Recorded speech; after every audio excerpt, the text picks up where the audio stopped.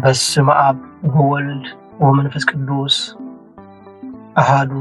አምላክ አሜን። ንዓለማት ብፍቅሪ ዝገዝእ ጥንቲ ዝነበረ አልፋ ዓለም ሕሊፉ ዝነብር ኦሜጋ መጀመርታን መወዳእታን ዘይብሉ ናይ አቦታትና አምላኽ ናይ ሰራዊት ጌታ ስለትኽንገር ዘይክእል ምሕረቱ ስለትኽንገር ዘይክእል ፍቅሩን ርህራሄኡን ክብርን ምስጋናን አምልኾን ውዳሴን ስግደትን ንዕኡ ንበይኒ ይግባእ። ንሱ ኣብ ተፀዋዓሉ ካብኡ ዘይትፍለ ቅድስተ ቅዱሳን ንጽሕተ ንጹሓን አቁራሪ ገማዓት ናይ ሓድስ ኪዳን ኮርቤል ዝኾነት አዲና ቅድስት ድንግል ማርያም ነተኣማናዊ ዝኾነ ምግቢ ህይወት ነተኣማናዊ ዝኾነ መስተ ህይወት ስለዝሃበትናን ዝወለደትልናን ወዳ ጎይታናን መድሓኒናን ኢየሱስ ክርስቶስ ብዘኽበራን ብዘፍቀራን መጠን ክብሪ ምስጋናን ይኹን። ኩሎም መላእክት ነቢያት ሐዋርያት ጻድቃን ሰማዕታት እግዚአብሔር አምላክ ብዝሃቦም ክብርን ማዕርግን ይኽበሩን ይመስገኑን። ዝኸበርኩም ህዝበ ክርስቲያን ከመይ ኣለኹም? ከመይ ቀኒኹም? አሜን። ስም ትልኡልን ሕያውን ዝኾነ እግዚአብሔር አምላክና በአና ብድኹማት ባሮቱ ይኽበር ይመስገን። ናይ ሎሚ መዘራረቢ አርእስትና ኣብ ወንጌል ዮሐንስ ምዕራፍ 10 ዘሎ ኃይለ ቃል መሰረት በመግባር ክንመሃር ኢና። ምስላ ሕያዋይ ጓሳ አስዒቡኻ ኢየሱስ ከም ዝበለ እቲ ናብ ደገ ኣባጊዕ ብኣፍ ደገ ziኣቱ ብኻልእ ወገን ዝሓኩር ንሱ ሰራቕን ብሒላን ከም ዝኾነ ብሓቂ ይብለኩም ኣለኹ። እቲ ብኣፍ ደገ ዝኣቱ ግና ንሱ ጓሳ ኣባጊዕ እዩ። ንዕኡ እቲ ሓላው ኣፍ ደገ ይኸፍተሉ፣ እቲ ናባጊዕ እውን ድምፂ ይሰምዓ፣ ነቲ ናባጊዕ ከዓ በብስመን ይፅውዐን። ንኹለን ነቲ ናባጊዑ ምስ ኣወፈረን ድማ ቅድሚአን ይኸይድ። እቲ ናባጊዑ ድምፂ ስለዘለልኦ ይስዕብኦ፣ ንጓና ግና ድምፂ ስለዘየለልኦ ካብኡ ይጋልባ እምበር ኣይስዕብኦን እየን። ኢየሱስ ነዚ ምስሊ እዚ መሰለሎም፣ ንሳቶም ግና ነቲ ዝተዛረቦም ኣየስተውዓሉን። ስለዚ እውን ኢየሱስ ከም ብሓድሽ ከም ዝበሎም ብሓቂ ብለኩም ኣለኹ እቲ ኣፍ ደገ ኣባጊዕ ኣነ እየ። እቶም ቅድመይ ዝመፁ ኩላቶም ሰረቕትን ጓሓላሉን እዮም፣ እተን ኣባጊዕ ግና ኣይሰምዖምን እየን። እቲ ኣፍ ደገ ኣነ እየ፣ ብኣይ ዝኣቱ ክድሕን እዩ፣ ክኣቱን ክወፍርን እዩ፣ መጓሰቢ ክረክብ እዩ። ሰራቂ ክሰርቕን ክሓርድን ከጥፍእን እንተዘይኮይኑ ኣይመፅእን እዩ። ኣነ ግና ህይወት ምእንቲ ክረኽባ ብመልኣት ምእንቲ ክርከባ እየ ዝመጻእኹ። ሕያዋይ ጓሳ ኣነ እየ። እቲ ሕያዋይ ጓሳ ህይወቱ በጃ ኣባጊዕ ኣሕሊፉ እየ። እቲ ጓሳ ዘይኮነ በዓል ዓስቢ ግና ነተን ኣባጊዕ ዘይጥሪቱ ስለ ዝኾና ተኹላ ክመፅእ እንተረኣየ ነተን ኣባጊዕ ሓዲግውን ይሓድም። እቲ ተኹላ ድማ ነተን ኣባጊዕ ይዝርፈንን ፋሕ የብለንን። በዓል ዓስቢ ስለ ዝኾነ ይሃድም፣ ግድእቲ ኣባጊዕን ይብሉ። ሕያዋይ ጓሳ ኣነ እየ። ኣቦ ንዓይ ከም ዝፈልጠኒ ኣነ እውን ንኣቦ ከም ዝፈልጦ ኣባጊዕ ይፈልጣኒ እየን፣ እተን ኣባጊዕ እውን ይፈልጣኒ እየን።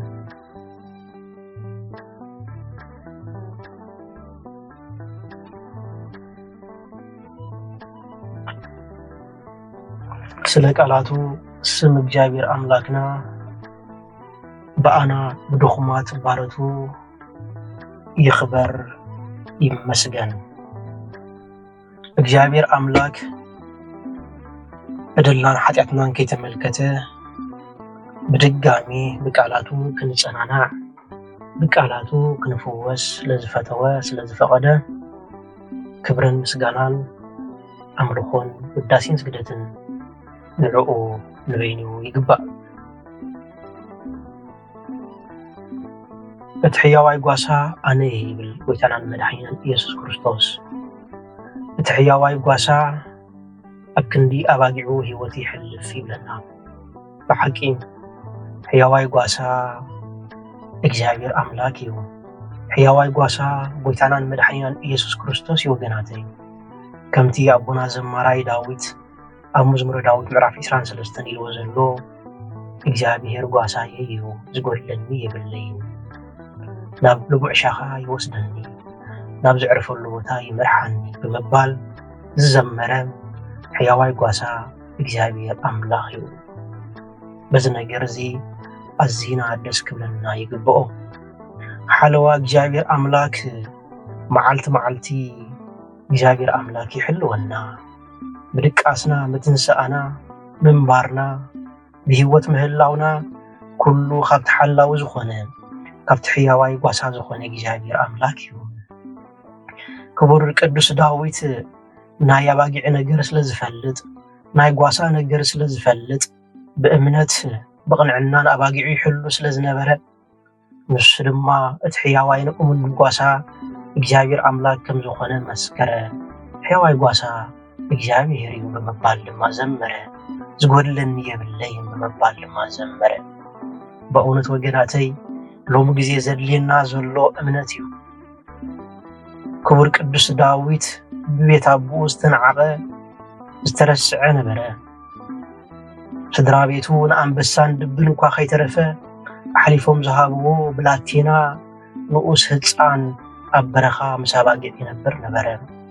كابت دبن كاب أنبسان نهو زدحانو أملاخ كاب استفلالي وصبعتنا إعراويت زدحانو أملاخ نسو حياواي قواسايا مخانو يفلت نبره نزيد ما جابير قواسايا وزقولن يبلين مبال زمره بويتانا مدحانينا إيسوس كريستوس إنه بزمان السقاوي نبزا مدر زي أبز مصل لغزي تحياواين أمنو قاسا أني نهو أبكن دي أباقعو بجا نهوتو أحلف زهب أني بمبالي نقرنا سلزو وقناتي إجابير أملاك زأكل قاسا إجابير أملاك زأكل حلاوي بمهلاو كنحقوسي قبقانا أبز قزي زي بزحات سبات تحياواي قاسا مني مخان بزي مستوحال تؤمنون حقኛውን ጓሳመኒ በዘይ ምስተብሃል ብዙሓት ንብረቶም ወርቆም ብዙሓት ገንዘቦም ዝኸሰሩ ኣለዎ ነገር ግን ወገናተይ እትሕያዋይ ጓሳ እግዚአብሔር አምላክ እዩ እትሕያዋይ ጓሳ ጎይታናን አምላኽናን መድኃኒናን ኢየሱስ ክርስቶስ እዩ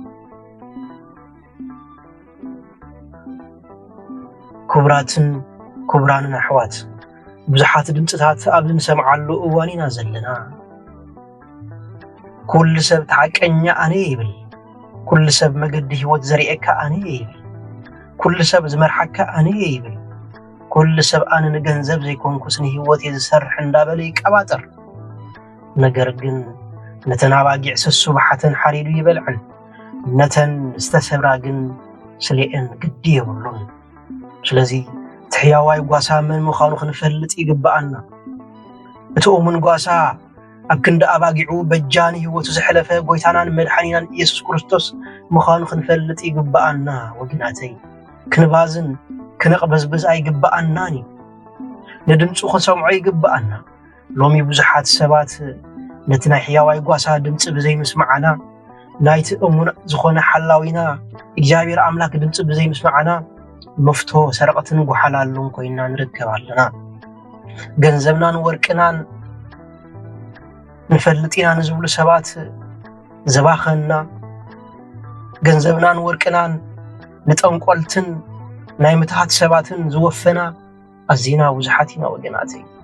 جن بتأمن قاسا بجا أباقعو أحلفو زهب ويتانان مدحانينان إيسوس كريستوسيو نسو زركو اللوتا دما قدست بيت كريستيان يا وقناتي كنحمم من خيلينا بزي وتزي تسفاحن قرص نخيلينا بزي وتزي ነገር ግን ናብቶም ጨካናት ጓሶት ዘይኮንስ ናብቲ ክርስቶስ ዝምለኸሉ ቦታ ናብቲ ስጋኣን ዶሙን ዝፍርተተሉ ቦታ ክንከይድ ይግባአና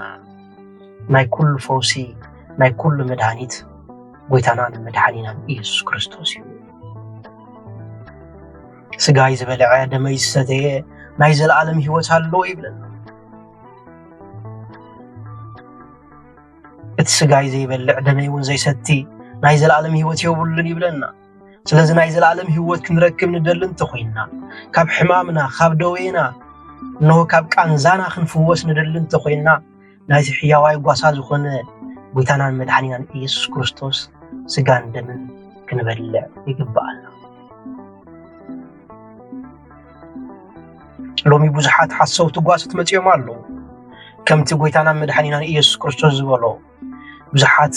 ቅድመይ ሰረቐትን ጓሓላሉን ሓሰውቲ ነቢያት ነይሮም ብምባል ይነግረና ሓሰውቲ መምሃራን ነይሮም ብምባል ይነግረና ሓሰውቲ ጓሶት ነይሮም ብምባል ይነግረና ከም እነ ፈሪሳውያን ሰዲቃውያን አይሁዳውያን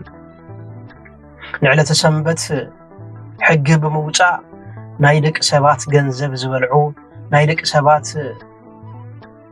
ገንዘብ ዝዝርፉ ሕጂ እውን ኣብዚ ወለዶ እዚ ኣለው ወገናተይ ሕጊ ብምስራዕ ንቃል እግዚአብሔር አምላክ ብምሻጥ ንፈውሰ እግዚአብሔር አምላክ ብምሻጥ ናይ እግዚአብሔር አምላክ ዝእክቡ ናይ እግዚአብሔር አምላክ ገንዘብ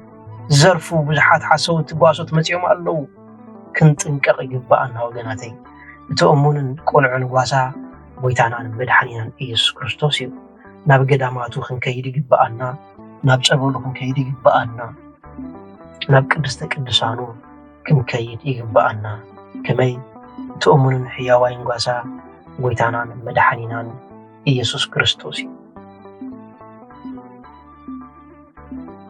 ስለዚህ እቲ ሕያዋይ ጓሳ መን እዩ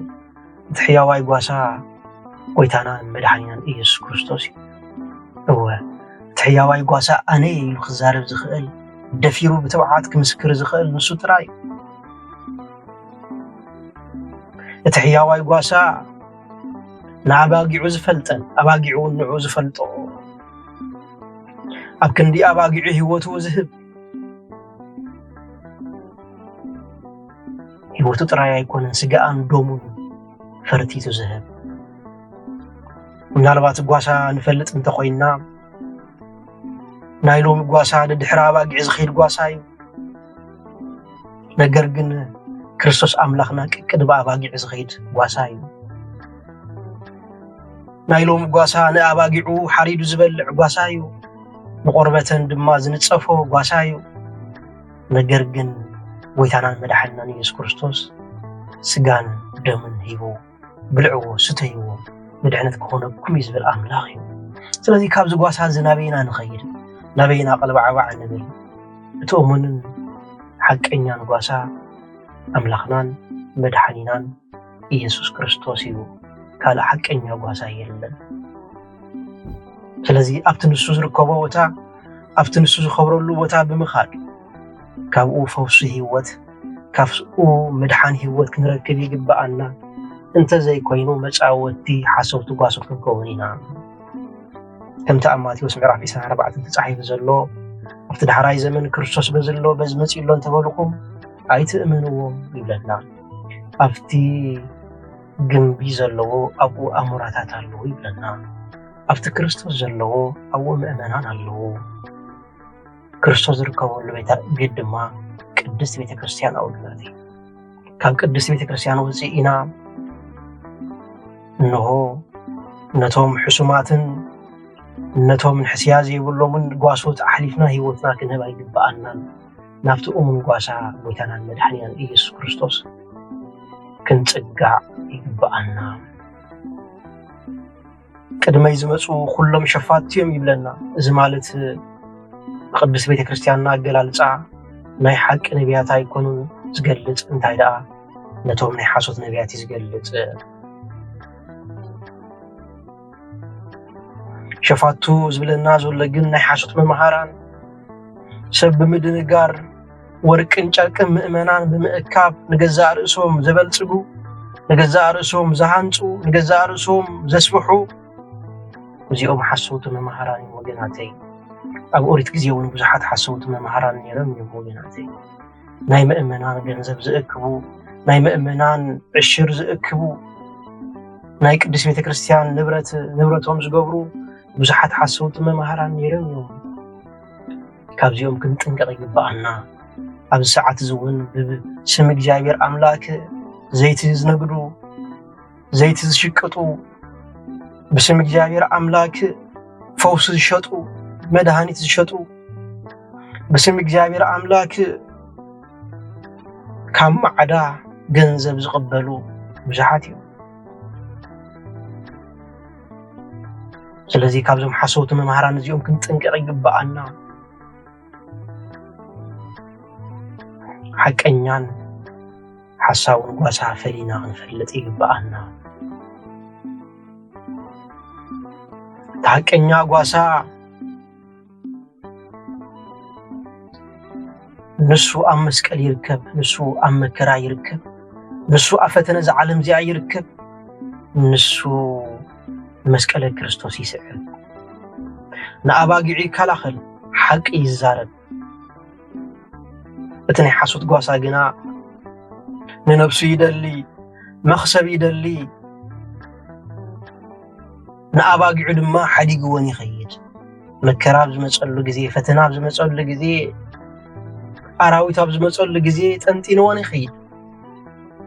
ስለዚ ወገናተይ ካብዞም ጓሶት እዚኣቶም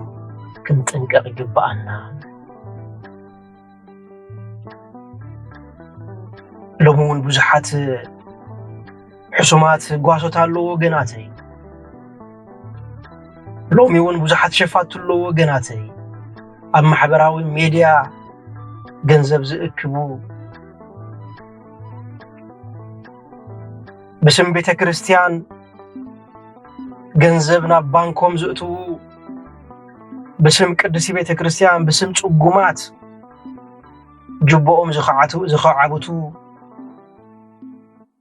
بسم قدسته قدوسان بيت كريستيان حبت زدلو بزحات حسوتي بمهران كابزيوم كنطنقق يغبانا غزينا ورقنا كنباخنا يغبانا وغناتي ስለዚህ ተሐቀኛ መገዲ ክርስቶስ አምላኽና እዩ ለተሐቀኛ መገዲ ቤት ድማ ቅድስት ቤተ ክርስቲያን እዩ አፍታ ቅድስተ ቅዱሳን ከይድና ቅዳሴ ብምፍጻም ተአምር ብምስማዕ ቃሉ ብምስማዕ ማህሌት ብምቋም ጸበሉ ብምስታይ ማይጨሎቱ ብምሕጻብ ክንድሕን ክንፍወስ ይግባአና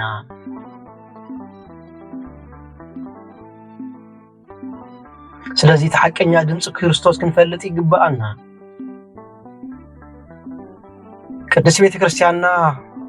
እትምህረና ሐቀኛ ትምህርቲ ክንዳምጽ ይግባአና ኣብ ቅድስት ቤተ ክርስቲያን ክንነብር ይግባአና ካብት ሞጓሰን ተወጪና ብዙሓት ሓሶት ነቢያት ስለዘለዉ መፍተቶም ክንከውን ንኽእል ኢና ብዙሓት ሓሶት መምሃራን ስለዘለዉ መፍተቶም ክንከውን ንኽእል ኢና ከምኡ'ውን ናይ ሓሶት ትምህርቲ ምፍላጥ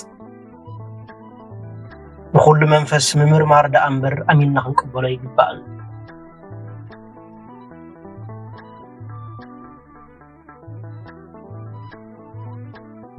ስለዚህ ንክርስቶስ አምላኽና ንስዕቦ ደለና ብሰዓዚ አባጊዕን ድምጽ ይሰምዖን ይብለና ድምጽ ሰሚዕና ናብ ቤቱ ንጉስ ክዝደለና ንቃሉ ነስር ዝኾነ ቃላቱን ሰምዕ ዲና ወይስ ድምጽ ሸፋቲና ንስዕብ ዘለና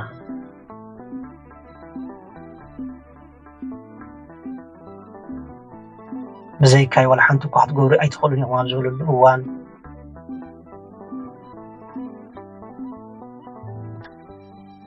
كابو تفلينا ولا حنت خنركب أبزين خلال الأوان كابك جابير أملاك تفلينا ولا حد في تساميك نرخبر له أبزين خلال الأوان نبكالك ربع بعقن بلا يقبأنا نوجناتي تحق أنيان أمون قاسا قويتانا مرحيان إيسوس كريستوس ስለዚህ አቤቱ ክንነብር ይግባአና በቃሉ ክንአምን ይግባአና ስጋን ደሙን በመብላዕ ድማ ናይ ዘለዓለም ህይወት ክንረክብ ይግባአና ስጋን ደሙን በመቀባል ድማ ካብ ደዌ ስጋ ካብ ደዌ ነፍሲ ክንድሕን ይግባአና ገንዘብናን ወርቅናን ንፈላጣት ሰባት ንፈልጢና ንዝብሉ ሓሰውቲ መምሃራን ክንውድእ ኣይግባአና እቲ መገድ ድሕነት ተሐቀኛ ጓሳ ጎይታናን መድሓኒትናን ኢየሱስ ክርስቶስ ኣብ ቅድስተ ቅዱሳን እዩ ዘሎ ኣብ ዙፋኑ እዩ ዘሎሞ ናብ ዙፋኑ ናብ ቅድስተ ቅዱሳኑ ናብ ቤት መቕደሱ ወትር ግዜ ኸይድና ናይቲ ሕያዋይ ጓሳ ዝኾነ ጉስንነት ክንስዕብ እግዚአብሔር ኣምላክ መንፈስ ቅዱስ ይደግፈና ብዝነበረና ትምህርቲ ባሪኹን ቀዲሱን ስለዝሃበና ክብርን ምስጋናን ኣምልኾን ውዳሴን ስግደትን نعون وين يقبا ወስብሐት ለእግዚአብሔር።